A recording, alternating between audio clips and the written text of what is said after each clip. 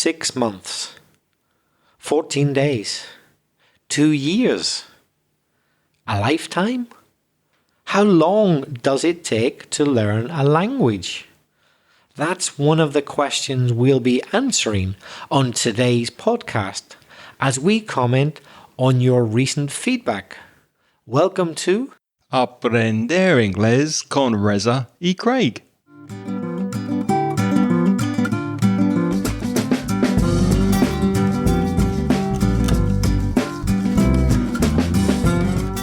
Hi, I'm Reza. And my name's Craig. And with about 50 years of teaching between us, we'll help you improve your English and take it to the next level. How are you doing, my friend? I'm doing very well, thank you. I'm very busy. I've been working on a new course for students at B2 level, and there's going to be a special offer for AIRCaholics, Aprender Inglés con Reza y Craig, those fanatics, those AIRCaholics who listen to this podcast. There'll be a special offer coming very soon if you have the B2 level or above. So keep listening. How are you doing? I'm doing well. I'm enjoying this time of year. It's kind of the beginning of autumn, which is a lovely time in Valencia. And I'm really looking forward to recording this podcast. Me too. First, this week we have a voice message from Jesus from Getafe, Madrid.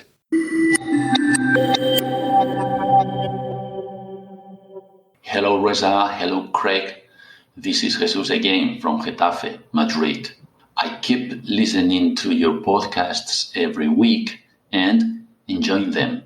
This time, I've decided not to read this message, although I have practiced a little. I suppose that I will make many mistakes, but I don't mind because I think that your corrections will be very useful, as usually. Well, this time, I would like to know if there is a more formal word to say you, like in Spanish, usted. If I write in a translator, ¿Cómo estás tú?, it says, how are you? But if I write, ¿Cómo está usted?, it says, how are you as well? So, is not there any word similar to usted in Spanish? Well, thank you very much in advance, and my best wishes to you both. Bye-bye, guys. Thank you. I'm very pleased, Jesus, that you decided not to write your message before you record it and then just read it. I always think it's better if you can work on your fluency, maybe make a few notes that will help you so you know what points you want to speak about. But writing every word is not improving your speaking, that's improving your writing. And I thought your message was very clear. I understood everything you said. It was very effective. So keep doing that. Keep working on your fluency. And as I say, maybe make a few notes before you record your message, but try to speak with no strict transcript that you're reading from. Any comments, Reza? It was a very good message, Jesus, and really good pronunciation. However, there was a couple of things that we could polish, we could make even better. You said something which is quite a typical mistake. You said as usually, because you're mixing usually the adverb with usual, the adjective. So it's as usual, but we never say as plus usually. Yeah. So as usual. So I'll give you an example of that expression as usual. It was business as usual. When you're talking about something and you want to say it hasn't been affected, there's nothing different, you say it's as usual. So it was business as usual. Or we could say classes will be on Thursday as usual, as they normally are. Exactly. No change. No change. So usually is an adverb of frequency to say the frequency you do something. So I usually go to work by bus. Not always, but 5-6 days a week. Yes, maybe one day not. I usually go to work by bus. I often go, I regularly go, but it's not the same as usual. As usual means there's been no change in anything. And Jesus, you asked the question if we have a formal word for you, if there's a way that we can use you formally. We don't have a formal word for you as you do in Spanish with usted, but we do have different expressions that we use to show formality. For example, if I was speaking to Reza and I offer Reza a biscuit, I would say, "Hey Reza, do you want a biscuit?" But if Jesus was in my house and I don't know Jesus and I want to express some formality, I would say, "Would you like a biscuit, Jesus?" So the difference between do you want and would you like is more formal. That's the kind of thing we do in English, but no, we do not have another word, a more formal word for you. Although another thing you could do, which is very common, is if it's a very formal situation, like let's say you were in a shop or something like that, you add a word to you to show respect. So, for example, you might say in Spanish, "Le puedo ayudar a usted," yeah? Le puedo, not te puedo, yeah? Le puedo ayudar. So in English, whether it's te puedo ayudar or le puedo usted, yeah? It's can I help you? But to show respect, you might say, "Can I help you, sir?" And you add the word sir, and that's our equivalent of usted. By adding sir, S-I-R, I'm showing respect to you. I'm treating you in a professional, formal way. And if it's a woman, "Can I help you, madam?" So that's another way of showing a bit of formality, right? Yeah, it makes me feel old, though, when people call me sir. So that's one disadvantage. But yeah, it's more formal for sure. There's one little grammar point I would pick on here, Jesus. You said, "Is not there any word?" For usted, is not there. But your word order is wrong. We have to say, "Is there not?"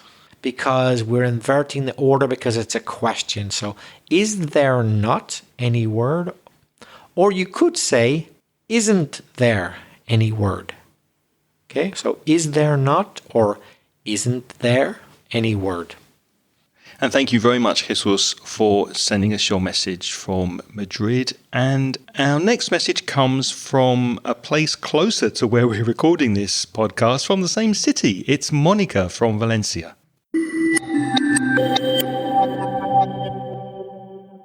Hey guys, it's Monica from Valencia. I have enjoyed very much your latest podcast about series because I am a high fan of series. I have been watching a lot of series during the last 5 years, and I would like to add some series to your list that have helped me a lot to improve my English skills. A miniserie called The End of the World, with short sentences and easy to understand for a beginner just like me. And Shameless, this is on your list, but the version of USA for me was the most entertaining and funny plot with weird situations on the family Gallagher has involved. And finally, I am watching right now The Americans, a series about two Russian spies, a man and a woman, who are living in the USA as a normal family. They have 2 children, they have apparently normal lives, but they have to do things for the Russian government and follow their instructions. And this is all. Thank you very much for your job and go ahead. Bye bye.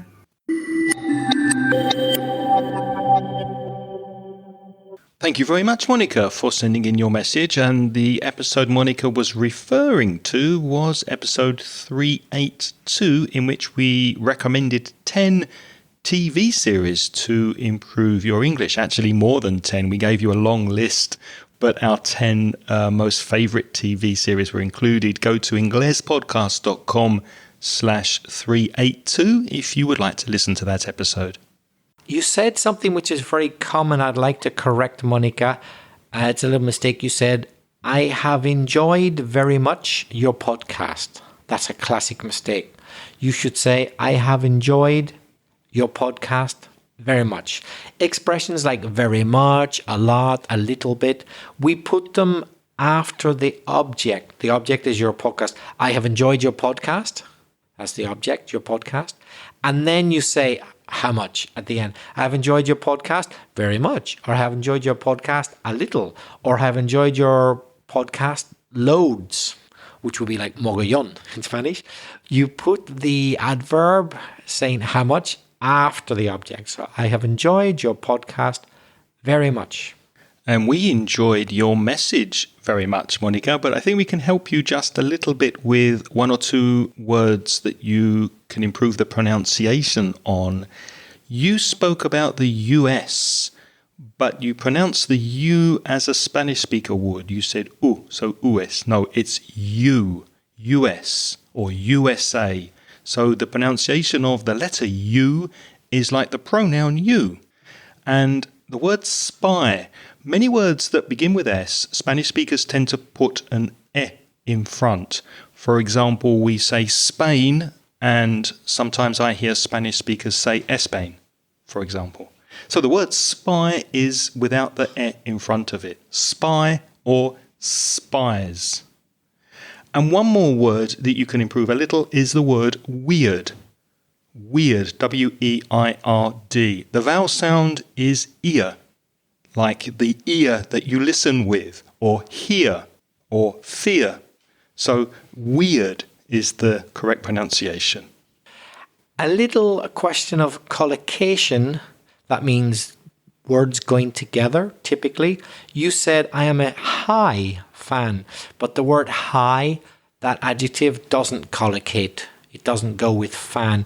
It's more typical to say, I'm a big fan, or I'm a huge fan. Your use of the verb tenses is very, very good, Monica. On a couple of occasions, you used the present perfect very effectively. At the beginning, present perfect continuous. You said, I've been watching a lot of series during the last 5 years. So your grammar, especially your tenses, are very, very good. One final thing at the end, when you said goodbye, you said go ahead, meaning keep on doing what you're doing. So keep on would be a better phrasal verb to finish your message than go ahead. Go ahead means adelante, but not in the sense of keep doing the same work or keep doing the job you're doing. Keep on doing what you're doing is a better way to say it. In your recommendations, you talked about a series called The Americans. And in fact, these Americans are Russians. And I'm not sure because maybe it's the quality of the audio, but I believe you said 2 Russians spies. Spies needs an S because it's a plural noun, but we don't put an S on the word Russian because it's an adjective, and adjectives never change in English. So it's irrelevant whether it's plural or singular. I think you said it, but it could be the quality of the audio. It may be my ears playing tricks on me. But just to clarify, you should say 2 Russian spies. Don't put an S on Russian. However, if the word Russian was a noun, you can be a Russian. Then you would say 2 Russians with an S. But because we're using it as an adjective here, it's 2 Russian spies. And thank you very much, Monica, for your recommendations for 3 TV series that we didn't include in our list. The End of the Effing World does not sound like a family-friendly TV series, but I've put it in the show notes in case anybody's interested, because obviously as a learner of English, you found it very useful, as you say, for short sentences and maybe concise, easy to understand dialogue. So that's in the show notes.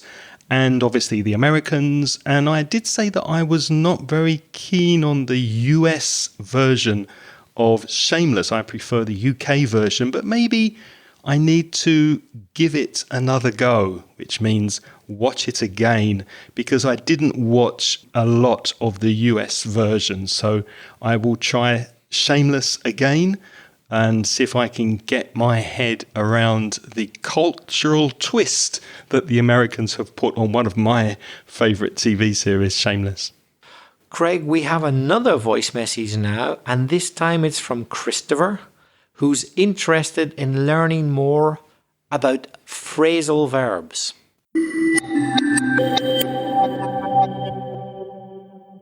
Hi guys, how are you doing?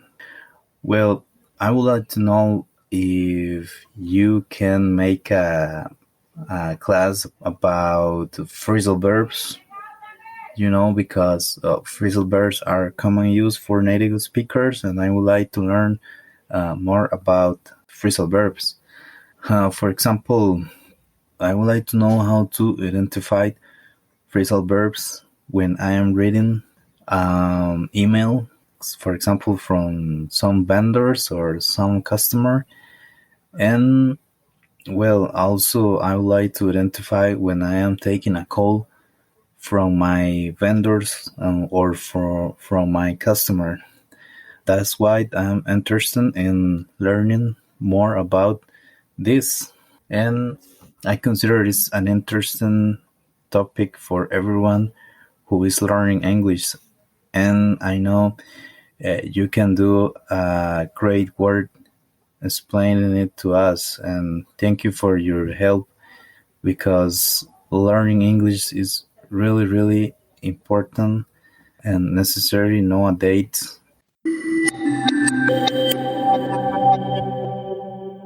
Thank you very much, Christopher, for taking the time to record and send us your message. We have been speaking about phrasal verbs quite a lot in the past, haven't we, Reza? We've mentioned them on a few podcasts.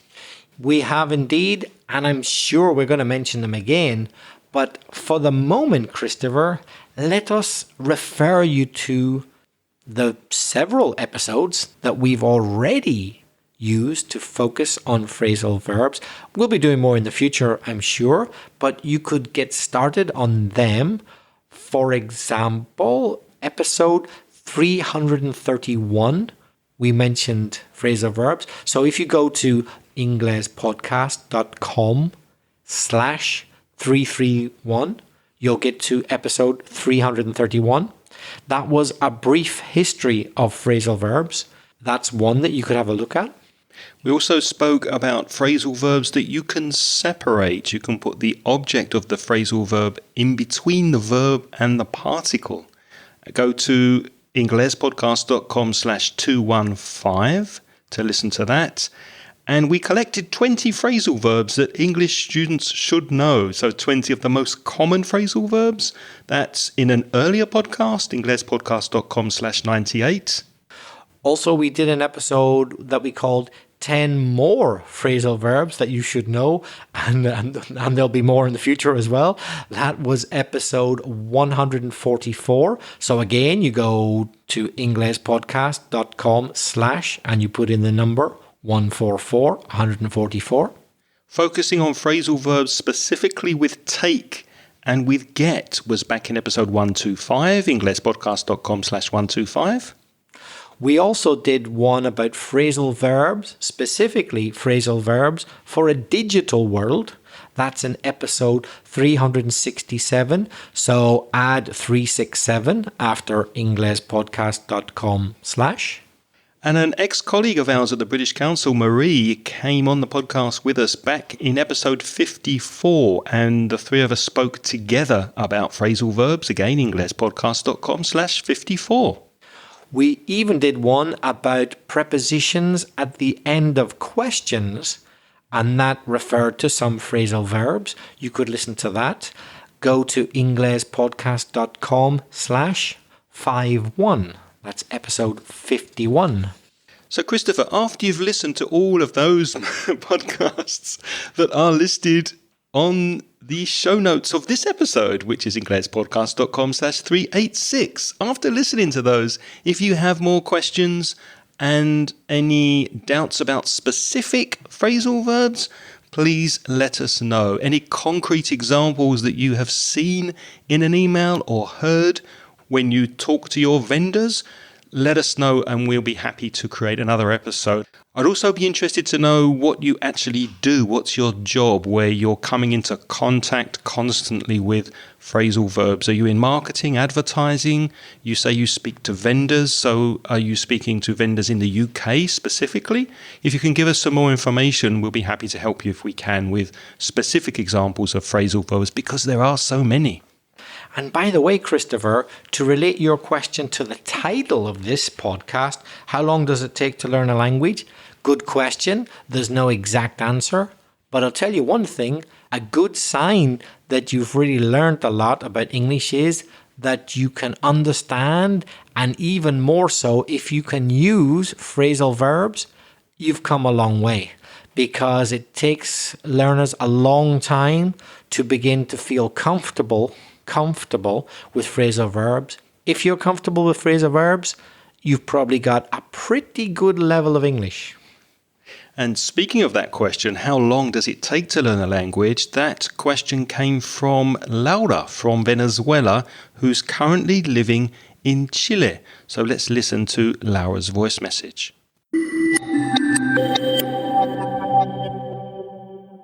Hi Reza, hi Craig. My name is Laura. I am from Venezuela, but I currently live in Chile. First of all, I would like to thank you to both of them for your amazing job in this podcast. You are helping a lot of people around the world to improve their English level every day. I would like to suggest a topic for an episode in the future. I would like to know how long is necessary in order to a common person could be learn a new language, which is average time to get a good level in the other language, how many hours of study it requires. Well, thank you again. I hope that I have a great day and I send you a big hug. Bye. Thank you, Laura. I noticed that when you pronounced your name, you didn't pronounce it the way I did. I went for the Spanish pronunciation and I introduced you as Laura and you said Laura. So I apologize if I've mispronounced your name. Any comments, Reza, on Laura's message? I think it was a very good message and a very nice message. Thank you very much, Laura. Although, of course, there are a few things that we're going to help you with. Let's start off with something you said at the beginning, which surprised me a bit, but I think I know perhaps why you made the mistake. You said, I would like to thank both of them. Well, we are them. You're talking to us. So you should say, I would like to thank both of you. Now, why did you call us them instead of you when you're speaking to us directly? I think it's because you were probably thinking of usted. Were you trying to be polite? And in Spanish, you know how usted kind of goes with the third person plural. Yeah, and maybe that's what happened. But no, you need to say, I would like to thank both of you. So when you're dealing in the second person, there's you and another person or two other people. It's got to be you. You can't say them. And we liked your suggestion, Laura, for speaking about how long it takes to learn a language. But when you offered your suggestion, you said, I would like, suggest. Remember the infinitive with to. I would like to. So whatever verb comes after, you do need the to. I would like to suggest. I would like to invite you. I would like to offer. I would like to buy you. Okay, just remember that to infinitive. Your pronunciation was generally not bad. It was pretty good. However, your pronunciation of the word future could be a little bit better. It wasn't quite clear. F-U-T-U-R-E. Future. Future. And one final sentence you said at the end, Laura, I think we can improve a little. You said something like, I would like to know how long is necessary in order to a common person to be learn a new language. Let's try and improve that. How long would it take for an average person to learn a new language? How long would it take for an average person to learn a new language? One thing you said at the end was grammatically correct, but it was an unusual thing to say. Laura, you said, I hope I have a nice day. I hope I have a nice day. Yeah. Well, I hope you have a nice day too. And so does Craig. Yeah. But it's not very typical to say at the end of a message to someone that I hope I have a nice day. You normally wish them a nice day. So it's more typical to say, I hope that you have a nice day. But maybe it was just a slip of the tongue. But you said, I hope I. But it should be, I hope that you have a nice day.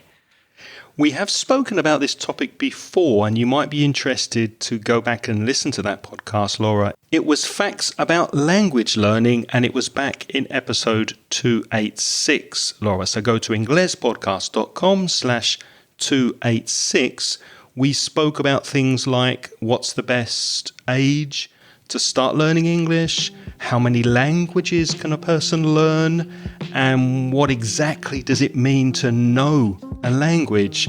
We think you might be interested in that episode.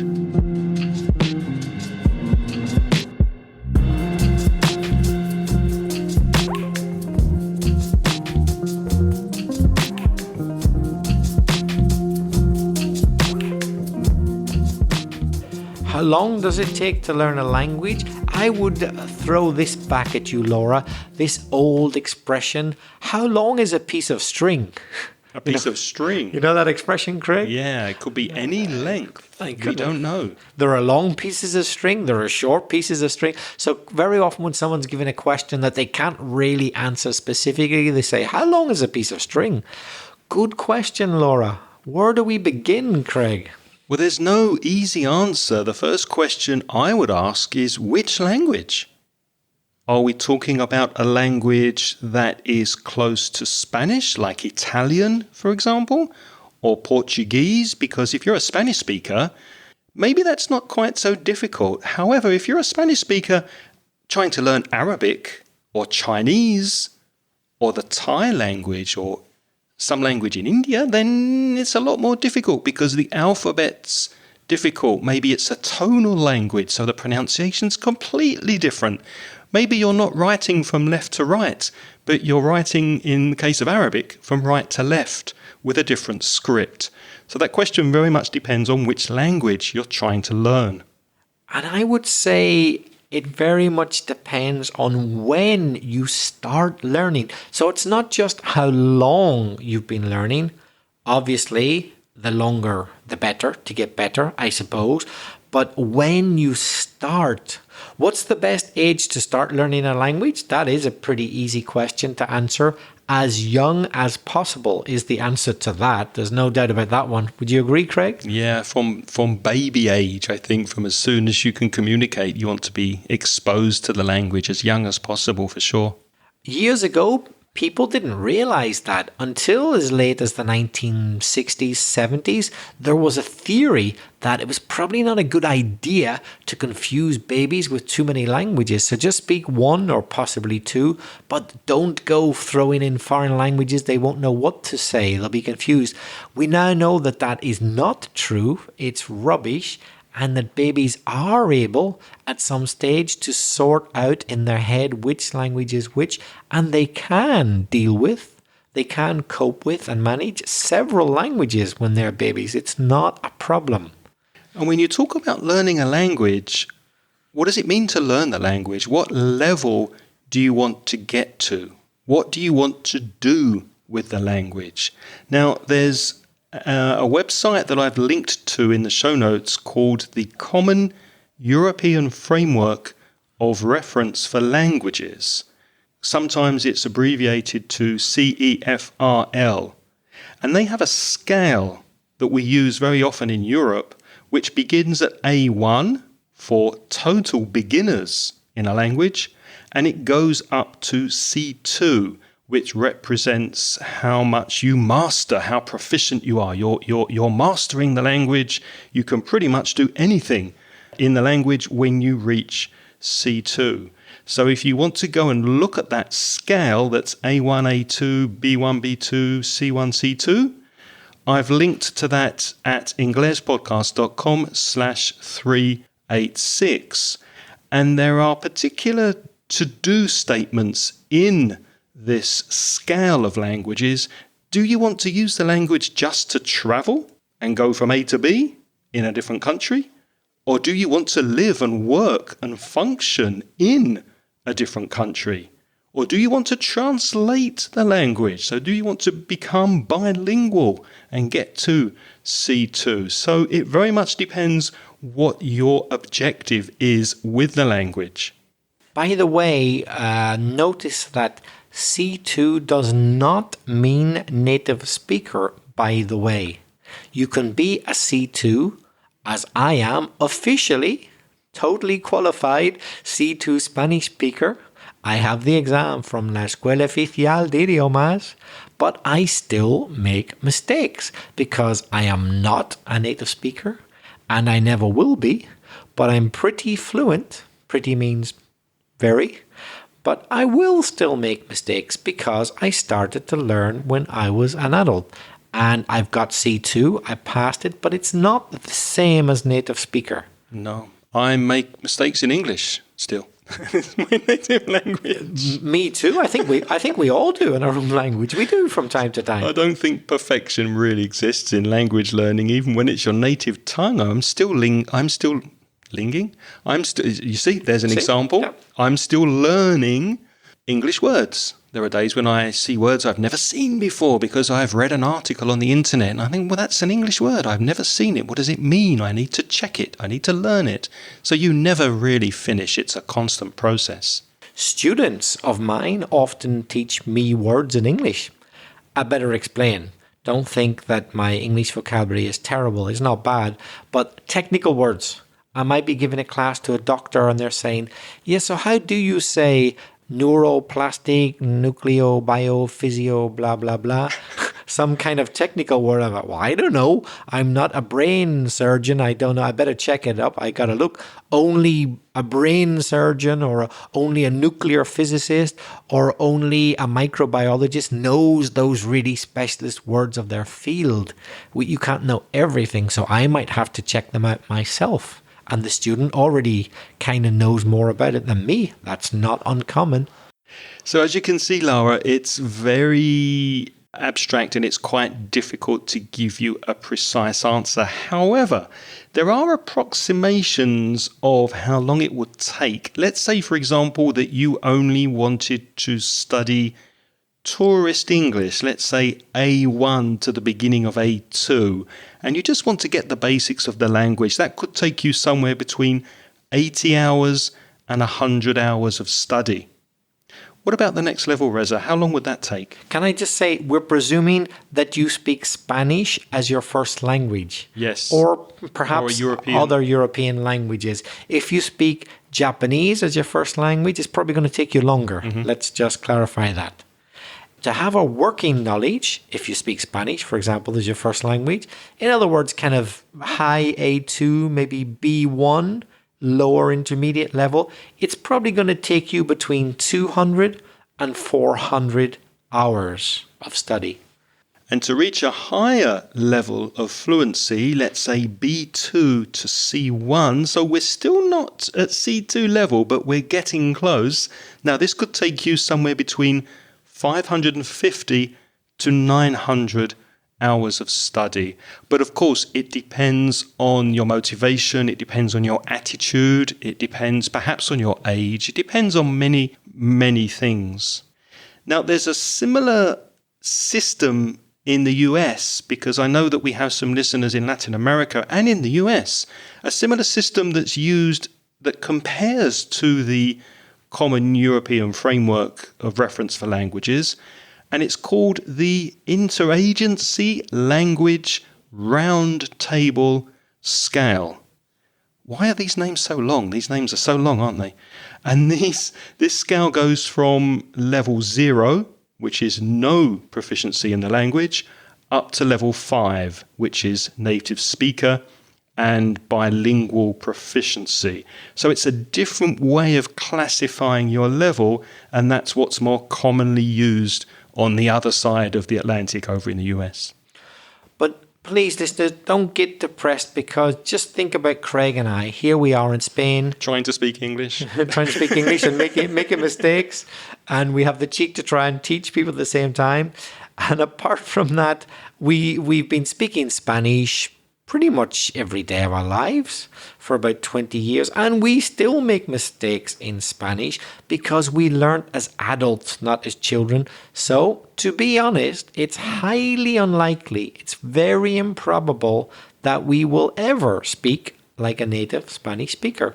It's not going to happen. That's normal.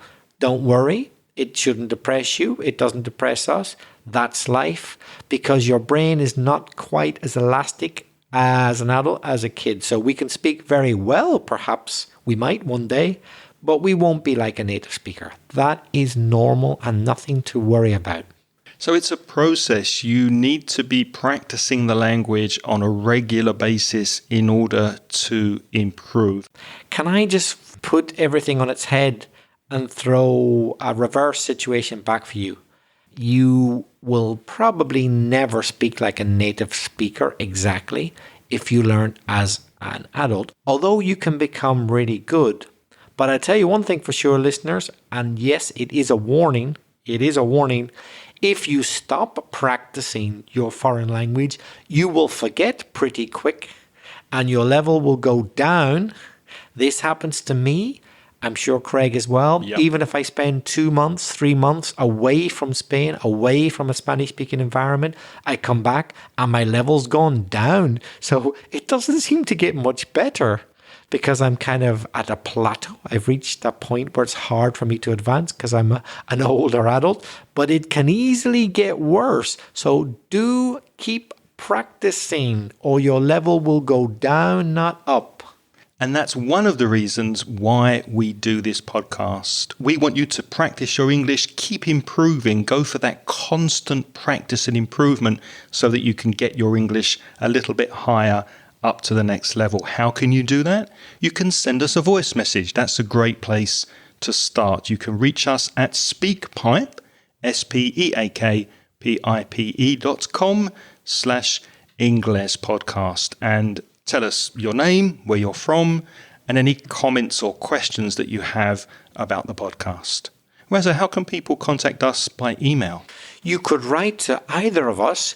You'll find Craig if you write to craig@inglespodcast.com, or you could email me. That's belfastreza@gmail.com. And there's an online store that you might find useful. You can buy courses there to help you improve your English. Go to store.mencioningles.net. As always, we'd like to thank all of you who are helping us by supporting this podcast on the Patreon scheme. That's Patreon. If you're interested, if you want to find out what that is, you could join the program for as little as $1.20 per month. The 20 is to pay the VAT tax. And if you do that, as a thank you, you get instant access to recent transcriptions. If you're interested in it, have a look. Go to the link in the show notes, which is to patreon.com/Inglespodcast. And before we go, we'd like to say thank you to all of our Patreon supporters who have joined us this month. They are Mick Olm, Juan David Guerrero, Uziv, Israel Uguello, Andre Coman, John, Gloria Rodas, Juancho Cuyas, Adrian Caraballo, and Maria. And special thanks to Maria, who is donating more than the minimum $1.20. Thank you, and thanks to all of the people who are supporting us on Patreon and receiving those transcriptions. What's next week, Reza? On next week's episode, we pose the question, is it too late to save the planet? We'll be speaking about global warming, climate change, and should we be travelling to visit other countries? So until next week, thank you for listening this week. Have a fantastic week. Until next time, it's goodbye from me. And it's goodbye from me. The music in this podcast is by Pitts. The track is called See You Later.